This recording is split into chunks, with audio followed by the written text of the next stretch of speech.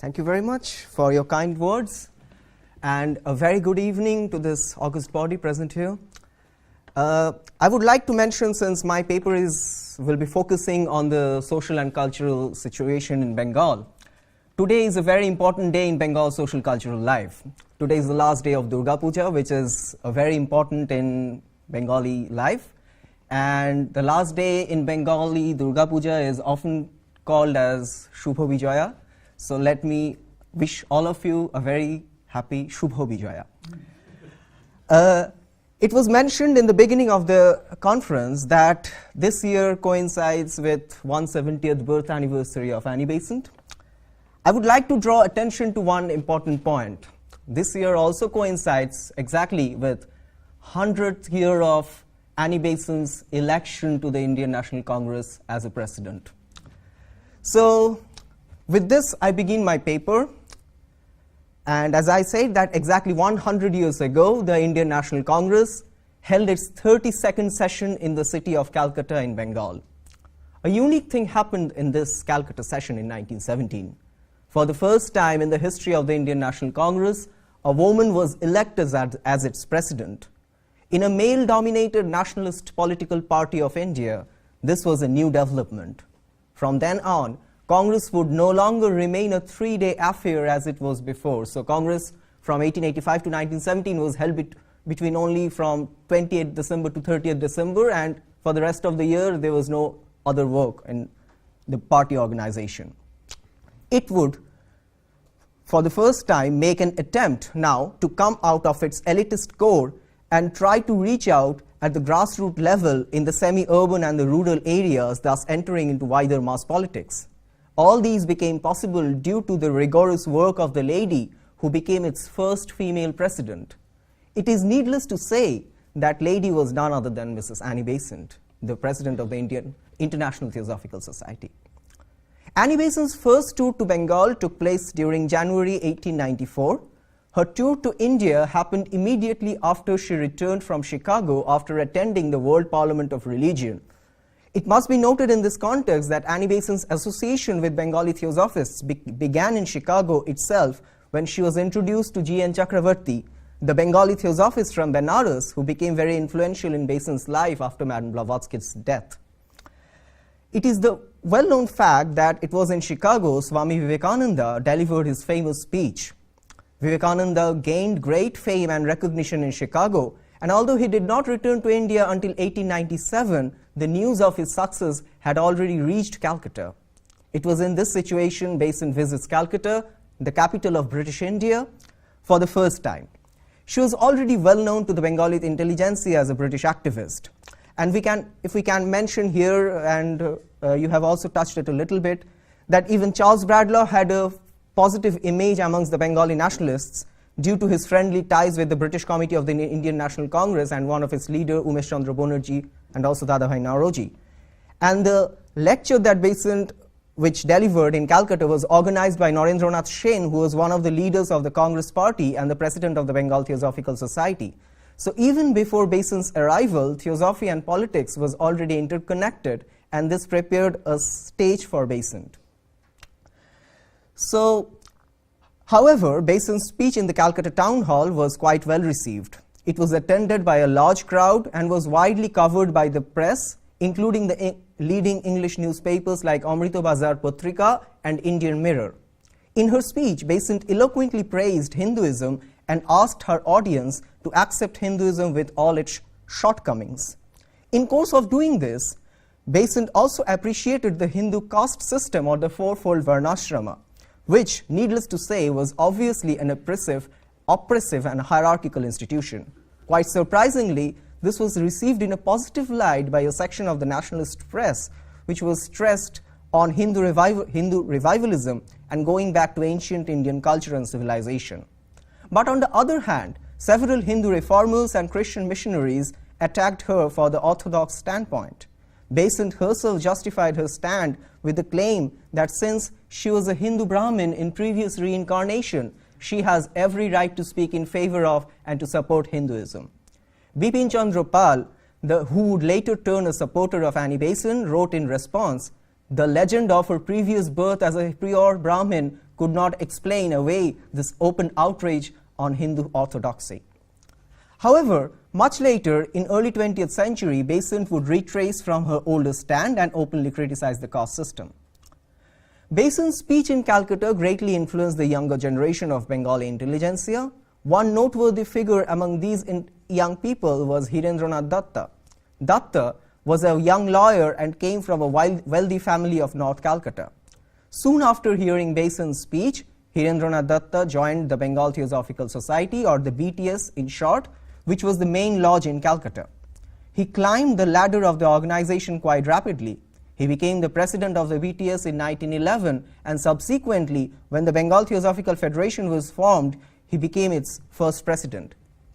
Eventually, he was elected as the international vice president in 1934 when George Arundel was elected as the international president.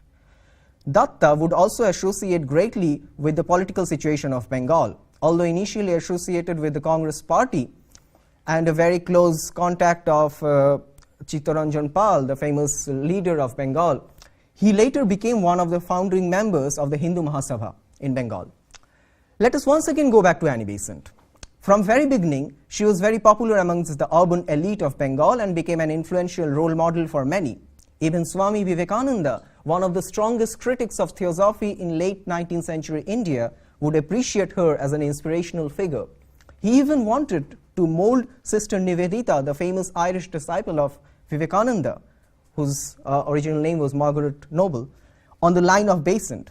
Nivedita later wrote in a letter that Vivekananda said that he would prepare Nivedita in a way so that her impact in Bengal surpasses that of Besant. Besant's influence in Bengal strengthened with time, as it did in whole of India. Besant's defense of Hinduism was always received favorably by the nationalists, and many of them even found it patronizing. For instance, the major Bengali nationalist and leader of the first decade of 20th century Bengal, Bipin Chandra Pal, about whom I spoke just a few minutes back, became an avid supporter of her, although it was the same person who was a critic of Bengal during her early years. In Bipin Chandra Pal's own words, we who belong to what claimed to represent the advanced wing of modern thought and life of India did not quite like this new white missionary among us.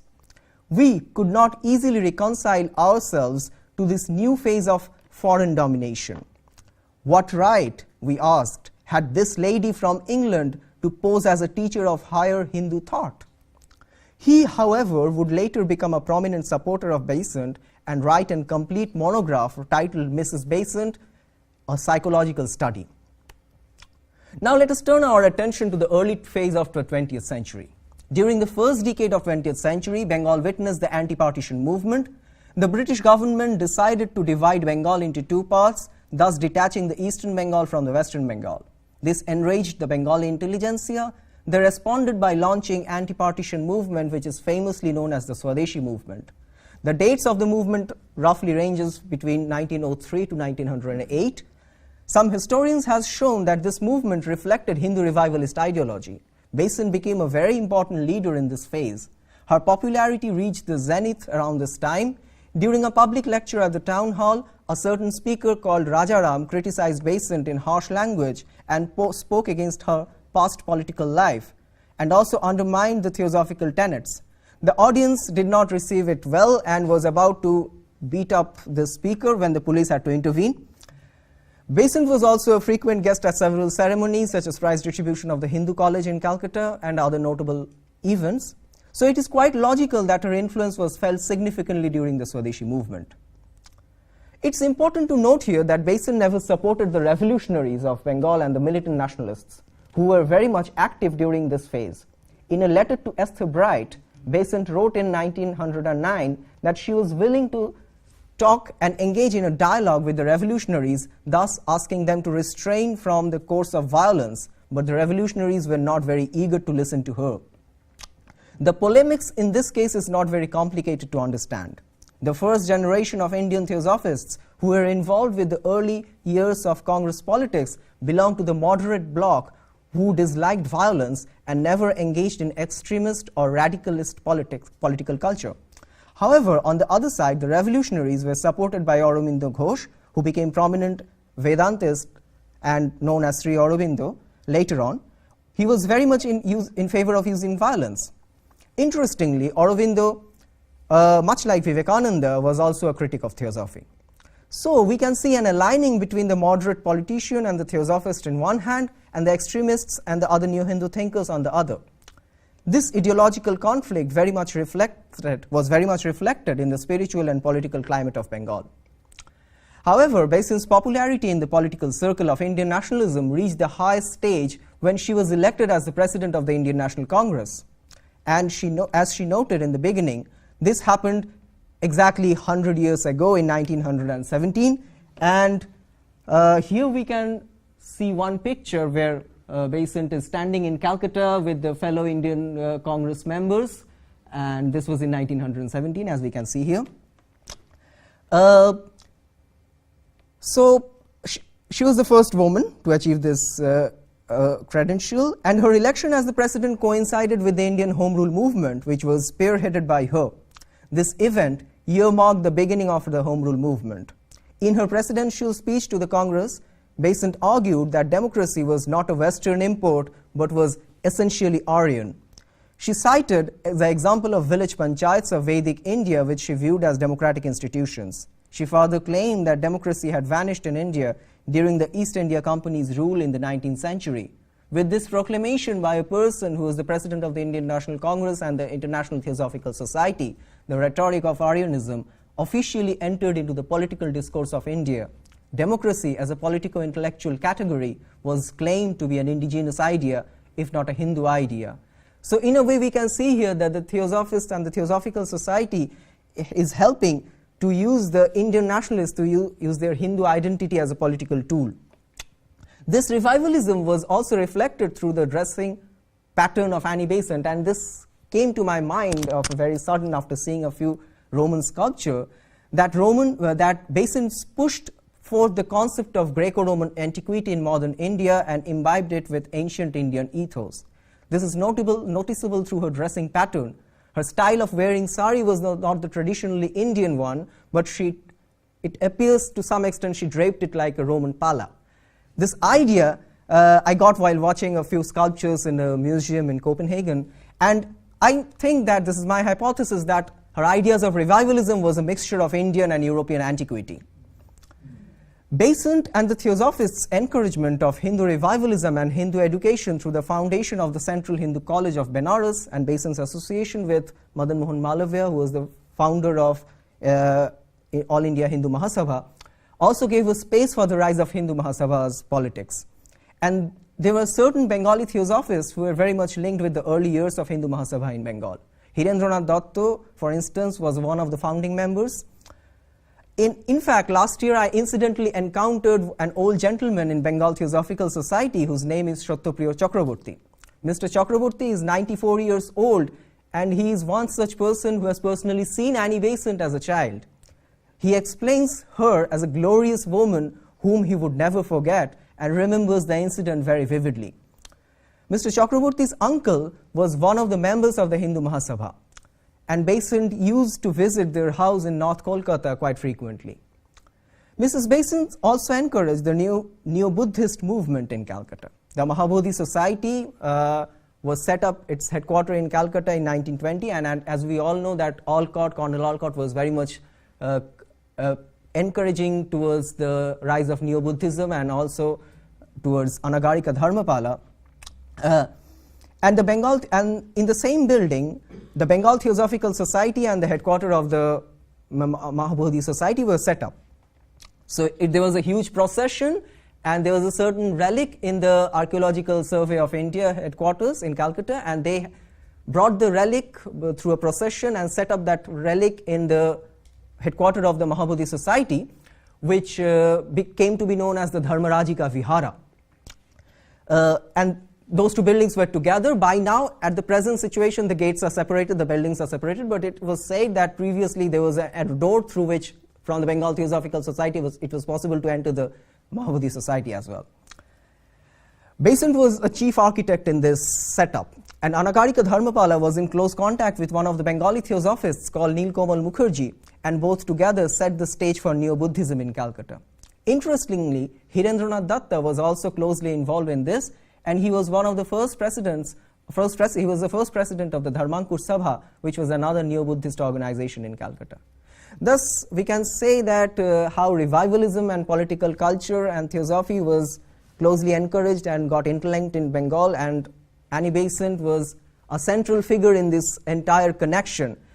And this is a very much understudied area. I'm still studying it as a part of my broader PhD project, and I think that it's very important to trace more on this, and I understand Annie Besant's role in this whole movement. Thank you.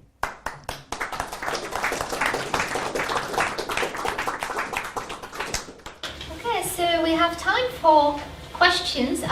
Before we start, I would just to remark, but I think I'm not the only one, that I was really very impressed by what you said about Annie Besant's Hindu revival, a bit mixed with references to European antiquity. And I find that a fascinating idea, and something I really had not thought about. So thank you really for this, these new things to explore again. So, do you have any questions?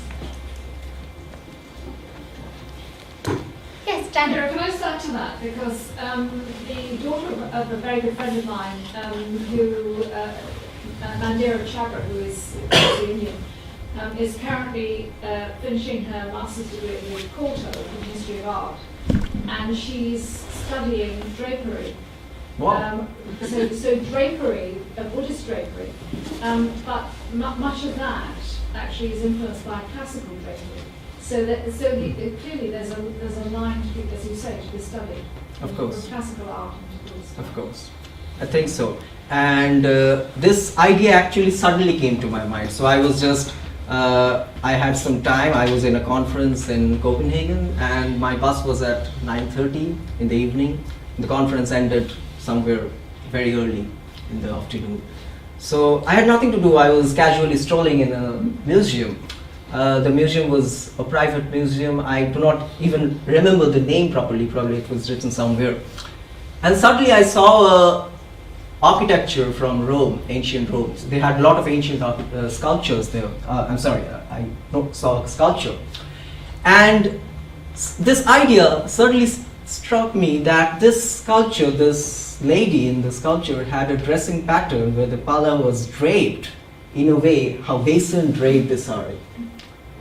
And I thought this will be very useful in understanding that Besant somehow utilized this idea of European antiquity and mixed and matched it with ancient Indian antiquity.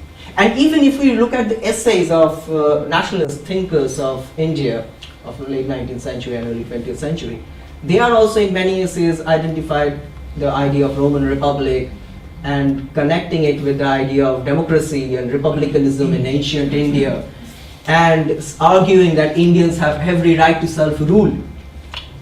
So with this, antiquity is getting balanced and mixed up with modernity. And Theosophical Society is a very important agency in this self-recognition, self-discovery. You certainly have a point here, because Annie Besant is known for thinking very carefully about her outfits. Exactly. Really, everything was calculated and designed. And suddenly I realized that Elizabeth Robbins, I just quoted, described her as statuesque. Wow. When she arrived. And I found that weird, because we know that Besant was rather short, and she was a little bit plump at the time. Yeah. And she was statuesque, so I was wondering why. Well, probably her attitude, the way she stood. But it may have also to do with the fact that she was wearing already that day this silk sari draped in a specific way, and she probably had thought a lot about it. Of course. And to Elizabeth Robbins, an American woman, she looked like a statue. And a very, very important connection to this is probably, for example, I think Besant was the first politician in India who was consciously thinking about draping and connecting with political identity. Because Gandhi, as we will see later on, an elite man, a British educated, a London educated lawyer, barrister, he's suddenly starting dressing as a common man with his short dhoti, and for which he was also called as half-naked fakir. And probably I don't remember, but probably it was Churchill who called him so. Churchill. Yeah. Churchill. So, and he was doing it very consciously. So, in this case, my hypothesis would be that Gandhi drew a lot from Besant and Theosophical Society. So, probably the draping pattern and the dressing pattern was also something which Gandhi was getting influenced through Annie Besant. Yeah, she was a trendsetter. Of course. Yes. I think you do.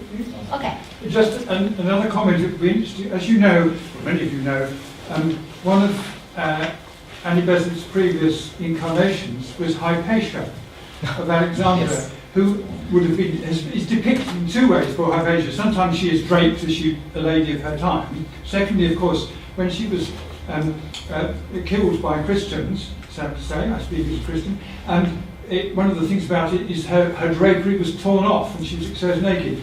So if we correlated the time when Annie Besant discovered her previous life as Hypatia and when she started wearing, I don't know what the period was, but it's anyway. That can be a very interesting comment. Because she very much looked, in that sense, one of the reasons that Hypatia was this, certainly an ideal for her, was this, in the sense of a persecuted female in the classical world. And a persecuted scientist also. Yeah, definitely.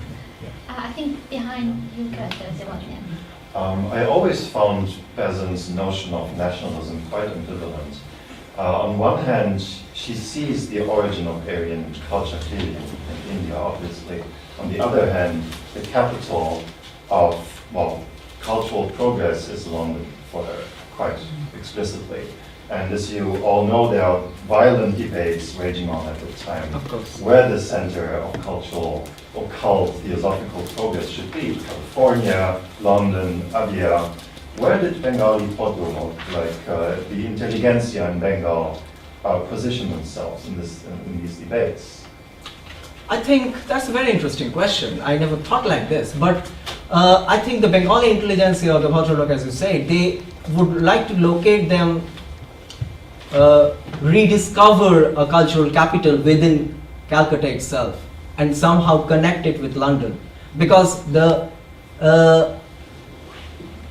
elite intelligentsia always in their hindsight had an idea that what British occultism, British occult space was doing. So they were, for example, Parichand Mitra, who was the first president of the Bengal Theosophical Society, he was a member of the British Spiritualist Association of Massey, C.C. Massey.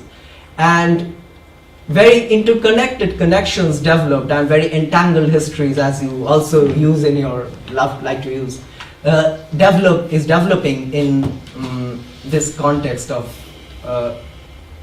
occultism and physical and cultural space.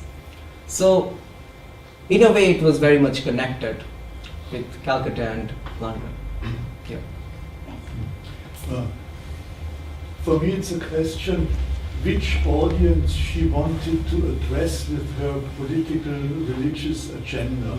You said she was not a radical revolutionary. On the other hand, her agenda, at least the religion politics she is promoting, is much more conservative than the Brahmo Samajis were.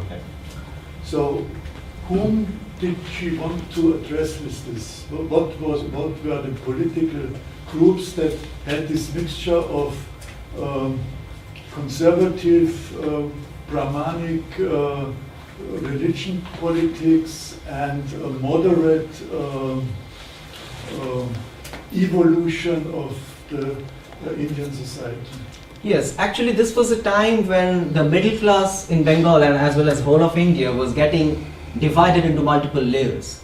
So if you look into the time frame when Brahmo Samaj is working, Brahmo Samaj is targeting a very elite, very high class intelligentsia.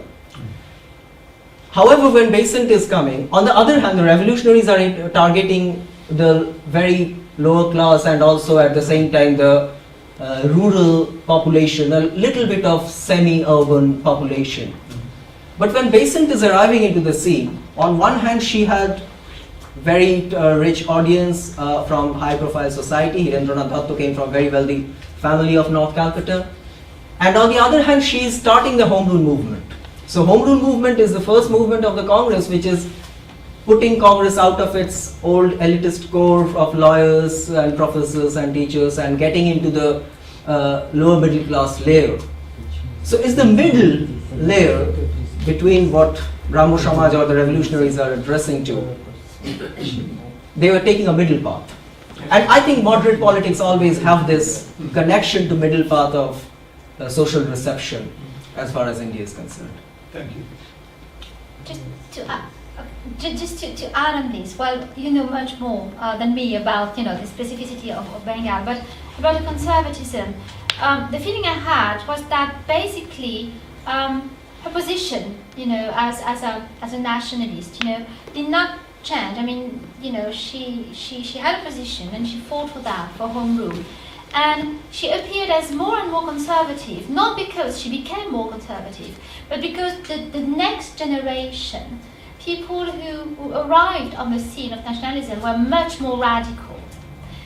So I think it's sometimes a bit unfair to believe that she became more conservative, more conservative. It's more the people around her who changed, whereas she's stuck to the same point of view. I don't know if you had this feeling. Well, a very important point, a very important dynamics gets added to this thing is that Indian politics in 20th century, thanks to revivalism, is also getting communalized. So the communal divide is also entering into the scene, and the Muslim League is founded in 1906, which coincides with the Swadeshi movement, anti-partition movement of Bengal.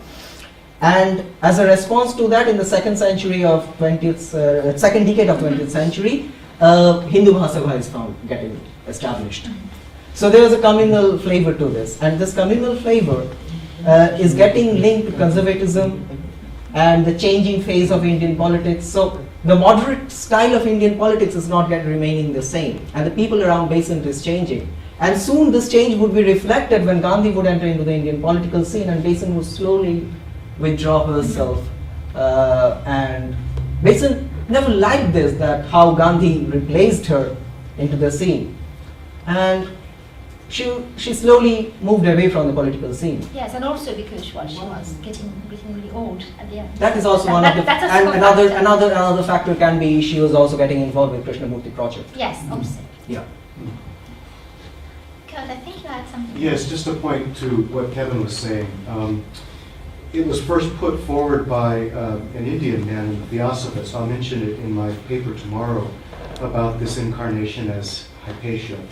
And so it would stand to reason, that quite early on, but not quite as early as what Muriel was saying about the statuesque quality, could have been inspired by the Hypatia connection. Also, my paper tomorrow deals with Platonic influence on Andy Besant, so it's bringing a little bit of light into that question about antiquity. Exactly, and antiquity is very important in understanding the whole how theosophy, the reception of theosophy in India, because theosophy is rediscovering Hinduism in a lens of Western antiquity as well, and to some extent Western occultism as well.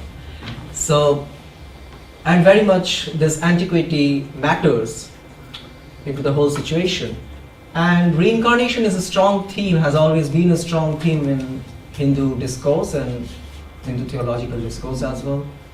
So I think it's a very interesting point. Yeah, I'm looking forward to what you will say tomorrow.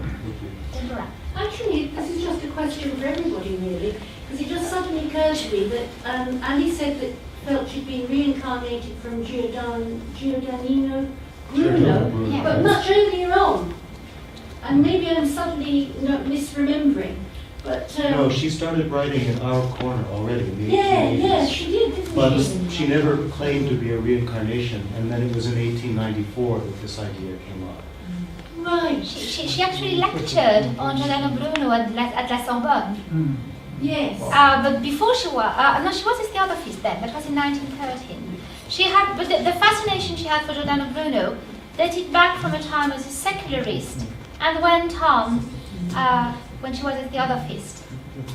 Right. I just wonder whether she would need to get those theosophical feelings sort of much earlier. No, well, Jordana It just suddenly occurred to me. Just, I really enjoyed your talk, and I'm sorry I sneaked out just then, but I had to. Thank you very much. Yes, Maggie. These are nice comments. There were, I think it was either an essay, I can't remember if it was either an essay or a review of a book on Giordano Bruno in 1875, as early as 1875 in the pages of the National Reformer. It was an essay. Yes. Mm. And as for Hypatia, there was in our corner, there was a children's corner, and there was an essay or a tale on Hypatia, and I can't remember if it's Annie Besant herself who wrote this small. She did write that, yes. Or if it was Because Hypatia Bradlaugh. No, it came, the So it children's was her. story was republished as a children's book Yes. in the Theosophical Society about in 1911 or 12, but it's the identical Yes. story. So Interesting. you might Yes. find that interesting, Interesting. when Good we to talk know. about Yeah. Hypatia to have a Thank you look very at that much. tale. Thank you very much. Yes, and of course, Bradlaugh's daughter was called Hypatia. Let's not forget about Yes. that. 2 minutes, or shall we move on? Okay. Well, if there is no other question, Kurt, the floor is yours.